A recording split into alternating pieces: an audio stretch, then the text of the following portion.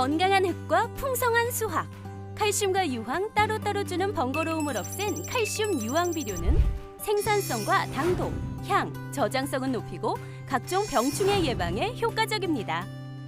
토양에 생명력을 넣어주는 뿌리생은 천연 유기산이 함유되어 뿌리 생육을 촉진하고 각종 병해균과 연작 피해를 줄여줍니다. 남해화학 칼슘 유황 비료와 뿌리생. 이젠 선택이 아닌 필수입니다. 여러분 안녕하십니까? NBS 뉴스 24입니다. 양파와 마늘 의무자조금 단체가 경작 신고제를 실시하기로 했습니다. 생산자가 직접 재배 면적을 신고하도록 해 수급 예측의 정확성을 높이겠다는 겁니다. 네, 앞으로는 이를 근거로 선제적인 산지 폐기에 나서는 등 생산자 중심의 수급 대책이 추진될 전망입니다. 손현진 기자가 보도합니다. 앞으로 1000제곱미터 이상의 양파와 마늘을 경작하는 모든 농업 경영체는 의무자조금 단체에 재배 면적을 신고해야 합니다. 또 올해 산 양파와 마늘은 오는 3월까지 경작 신고서를 작성해 읍면사무소와 의무거출금 납부농협에 제출해야 합니다. 지난해 출범한 양파, 마늘 의무자조금 단체가 이 같은 내용의 경작 신고제를 도입하기로 했습니다. 이번 조치는 생산자 스스로 재배 면적을 신고하도록 하고 이를 근거로 선제적, 자율적인 수급 사업을 추진하기 위한 겁니다. 자조금 단체는 경작 신고 면적에 따라 수급 조절 계획을 수립 시행하고 정부와 지자체, 농협과 수급 대책을 협의할 수 있게 됩니다. 예컨대 경작 면적이 적정 수준 이상으로 증가해 생산 과잉이 우려되는 경우 산지 폐기와 출하 규격 설정 등 수급 대책을 세워 추진할 수 있습니다. 경작인들의 그 실지 현황을 농민 스스로 파악해서 신고함으로써 정확성을 기하고 그걸 갖고 모든 협상과 수급에 대한 계획을 세울 수가 있죠. 이일 농림축산식품부는 전날 양파, 마늘 의무자조금 단체 대위원회에서 경작신고 의무화 안건이 가결돼 이를 승인했다고 밝혔습니다. 현행 농수산자조금법은 의무자조금관리위원회가 대의원 3분의 2 이상의 동의와 정부 승인을 받으면 경작 및 출하 신고 조치를 할 수 있다고 돼 있습니다. 경작 신고제 시행은 2000년 자조금 제도 도입 이후 처음 있는 사례입니다.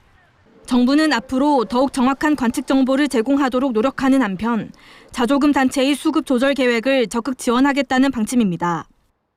정부 주도의 수급 안정 대책이 좀 한계가 있기 때문에 농업인들 스스로 자조금 단체를 만들어서 수급 대책을 추진할 수 있는 그런 체계가 마련된 거죠.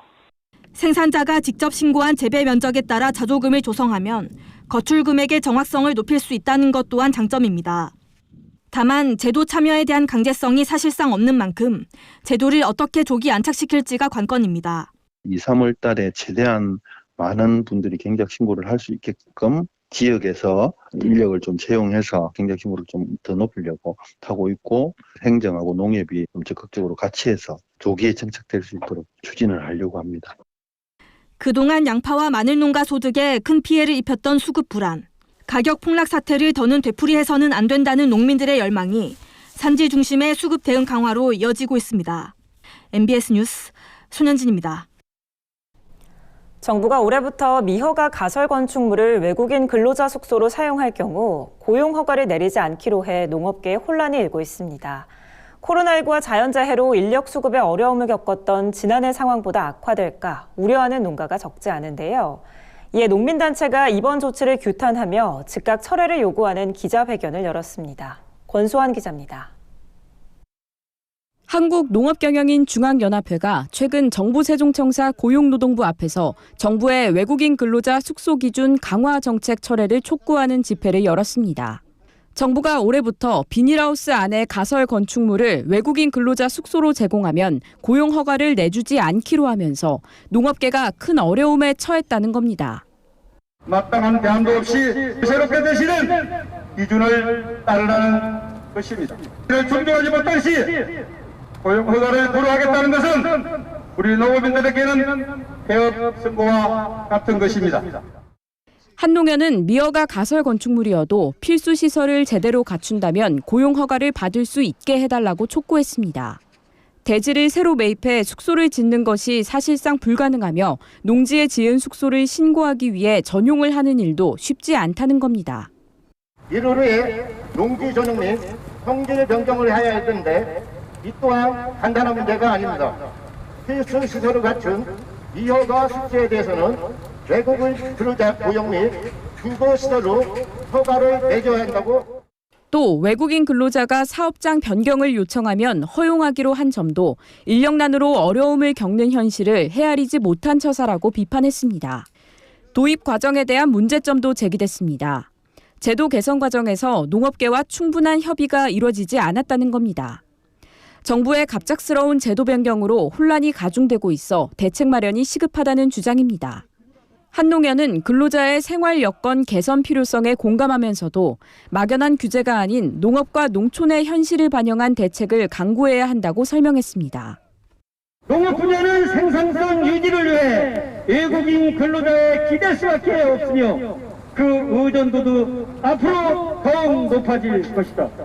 중장기적인 관점에서 농업인과 외국인 근로자의 상생한 마련에 힘쓸 것을 강력히 주장하는 바이다. 이와 함께 외국인 근로자 공공파견제 도입, 읍면동 단위 외국인 근로자 기숙사 및 복지회관 건립 등을 촉구했습니다. 제도 도입에 앞서 농업인과 외국인 근로자의 상생한 마련이 시급한 상황, 농촌 현실을 제대로 반영한 제도 개선이 필요해 보입니다. MBS 뉴스 권소환입니다. 농업에 첨단 기술이 도입되면서 이전과 다른 시대가 열렸습니다.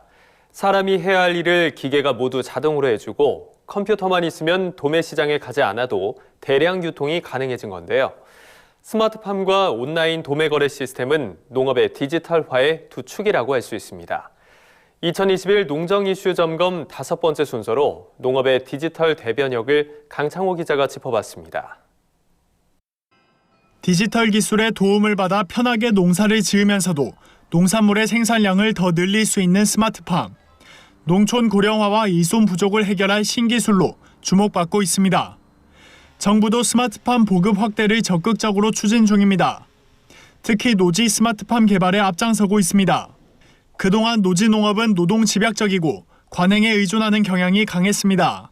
고령화되어가는 농촌 현실상 지속 가능성이 우려되는 상황입니다. 이에 정부는 지난해부터 충북 괴산과 경북 안동 등 모두 4곳에 88억 4천만 원을 투입해 노지 스마트팜 시범 사업을 추진하고 있습니다. 지난해부터 2022년까지 3년간 목표 투입액은 250억 원에 달합니다. 스마트팜은 청년농 육성 정책으로도 각광받고 있습니다. 청년농이 스마트팜에 쉽게 도전할 수 있도록 하는 스마트팜 혁신밸리는 올해가 원년입니다. 스마트팜 혁신밸리는 스마트팜 농가의 창업 교육을 확대하고 청년농 유입을 추진한다는 계획 아래 탄생했습니다. 정부는 2022년까지 청년 전문 인력 500명을 양성하는 것이 목표입니다. 보육센터에서 교육생들을 보육하고요. 그리고 임대형 스마트팜이라고 해서 교육을 수료한 학생들 중에 이제 우수자들 또 원하는 학생들을 임대형 스마트팜에서 이제 한 3년 정도 스마트팜을 경작해 볼 수 있는 기회로 주거든요. 이제 농산물 유통도 디지털 기술을 빼놓고 말할 수 없게 됐습니다. 코로나19가 불러온 비대면 사회가 농산물 디지털 유통을 가속화한 겁니다. 통계청에 따르면 지난해 11월 온라인 쇼핑 거래액은 전년 동월 대비 17.2% 증가한 15조 631억 원으로 역대 최고치를 기록했습니다. 농축수산물의 온라인 쇼핑 거래액도 같은 기간 60.1%나 증가했습니다. 주목할 점은 농산물 디지털 유통이 소매뿐만 아니라 도매까지 확산되고 있다는 겁니다. 정부와 농협은 지난해 5월 시범 사업으로 온라인 농산물 거래소를 도입하는 등 도매시장 온라인 거래 인프라를 구축해 운영 중입니다. 현재 양파와 마늘, 사과 등 3개 품목이 거래되고 있으며 온라인 거래소 개장 이후 거래량은 지난해 기준 18,919톤으로 102.3%의 목표 달성률을 기록했습니다. 이 밖에도 정부는 올해 화훼류, 온라인 도매거래 인프라를 구축하고 내년에는 축산물도 온라인 도매거래가 가능하도록 추진할 예정입니다. 현재는 품목관 형태로 운영되고 있는데 이거를 채소관, 과일관 해가지고 류별로 좀 전환을 할 거예요. 금액 목표는 500억 정도 추진할 예정이고 작년엔 참고로 한 279억 정도. 농업의 디지털화가 올해 본격적인 도약을 시작했습니다. 디지털 대변혁이 불러올 우리 농업의 경쟁력 강화에 농업계의 관심이 집중되고 있습니다. MBS 뉴스 강창호입니다.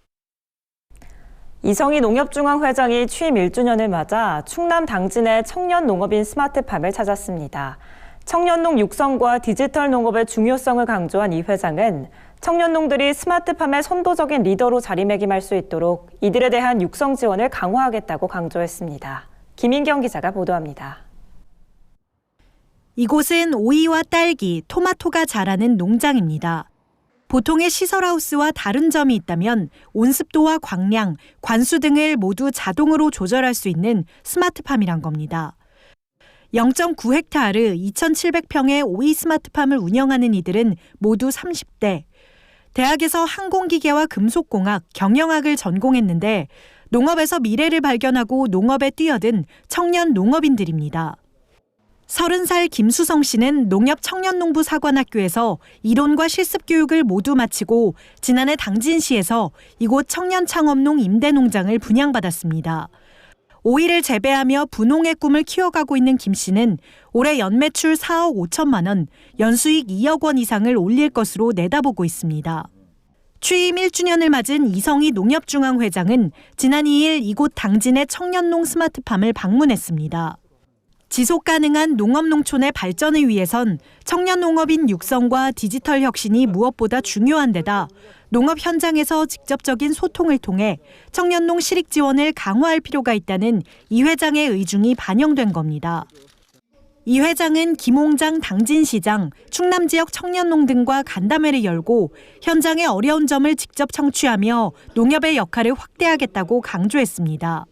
간담회에서 청년농들은 코로나19로 인한 농촌 인력 수급 문제를 짚는가 하면 귀농 초기에 안정적인 영농 정착을 할 수 있도록 농협의 지속적인 관심과 지원을 요청했습니다. 코로나19로 인해서 저희도 그렇고 농촌의 인력 수급이 상당히 힘든 상황인데요. 혹시 농협에서는 어떤 계획을 갖고 있나 여쭙고 싶습니다. 전국에 한 120만 명의 일선을 저희가 알선해 드리려고 이렇게 생각을 가지고 있고 인력중개센터 200군데서 저희가 인력을 이렇게 저희가 지원해 드릴 수 있습니다. 청년농들은 또 귀농 직후 위험성을 줄일 수 있는 농협의 지원책을 물었고 이 회장은 기술 지원과 자금 지원 모두 농협에서 받을 수 있다고 답했습니다. 리스크를 대응할 수 있는 방법과 농협의 지원책이 따로 있는지 여쭙고 싶습니다. 농업에 대한 생산이나 경영비 절감 이런 것도 저희가 상담해드리고 제시해드리고 우리 청년농들이 또 귀농하신 분들 제대로 농업에 종사할 수 있도록 해야 되겠다는 생각을 가지고 한 1,000억 원 정도로 저희가 자금 지원을. 이 회장은 이 자리에서 농업 인구 감소로 어려운 농업농촌의 현실에서 청년농업인은 희망이자 미래라며 청년농 지원을 아끼지 않겠다고 강조했습니다. 농협은 2018년부터 청년농부 사관학교 운영을 통해 영농교육, 드론 및 농기계 자격증 취득 지원 등 정예 청년농업인을 육성하고 있으며 청년농업인들이 농촌에서 성공적으로 정착하고 소득이 증대될 수 있도록 금융과 컨설팅을 지원하고 스마트팜 교육 등 농업 현장에서 필요한 지원을 지속적으로 확충해 나가겠습니다. 농협은 또 경기 고양시 농협대학교 안에 농협형 스마트팜 시범단지를 조성해 국내 현실에 맞는 스마트팜 모델을 만들 계획입니다. 이를 통해 청년농들의 스마트팜 준비부터 생산, 판매, 모든 과정에 대해 범농협 차원의 지원 체계를 마련하겠다는 보관입니다. 청년들이 이끌고 농협이 뒤에서 든든히 받쳐줄 우리 농업의 똑똑한 미래에 기대가 모아지고 있습니다. NBS 뉴스 김인경입니다. 정부가 설 명절에 한해 청탁금지법을 한시적으로 완화하자 농산물 선물 수요가 크게 증가한 것으로 나타났습니다. 특히 선물가액 상향 범위인 10에서 20만 원대 선물 매출이 큰 폭으로 늘어나서 설 대목을 앞두고 소비시장에 활력을 불어넣고 있습니다. 보도에 남수지 기자입니다. 설 명절을 앞두고 청탁금지법상 선물가액 한시적 상향에 힘입어 농축산물 선물 수요가 급증하고 있습니다. 농림축산식품부가 지난 1월 4일부터 24일까지 조사한 결과 농식품 선물 세트 매출액은 동기 대비 56% 증가해 1,000억 원을 넘어섰습니다. 특히 선물가액 상향 범위인 10에서 20만 원대 선물 매출이 31%가량 늘어난 것으로 나타났습니다. 롯데백화점에 따르면 올해 20만 원 이하의 설 선물 세트 매출을 분석한 결과 과일 세트는 94%, 정육 세트는 76% 이상 증가했습니다. 판매량이 늘어남에 따라 선물 상한액에 맞춰 한우, 과일 등 선물 세트 약 2만여 개를 추가로 준비한 상황입니다. 농축산물 선물가액이 20만 원까지 상향되면서 선물 세트 매출에 직접적인 영향을 주고 있습니다. 선물가액이 20만 원으로 상향되면서 10만 원에서 20만 원 상품을 대폭 확대했습니다. 그중에서는 정육 세트랑 과일 선물 세트 매출이 신장하면서 인기를 끌고 있습니다. 비대면을 통한 주문도 활발합니다. 쓱닷컴은 설 선물 세트 예약 구매를 받은 결과 매출이 동기 대비 98% 가까이 급증했습니다.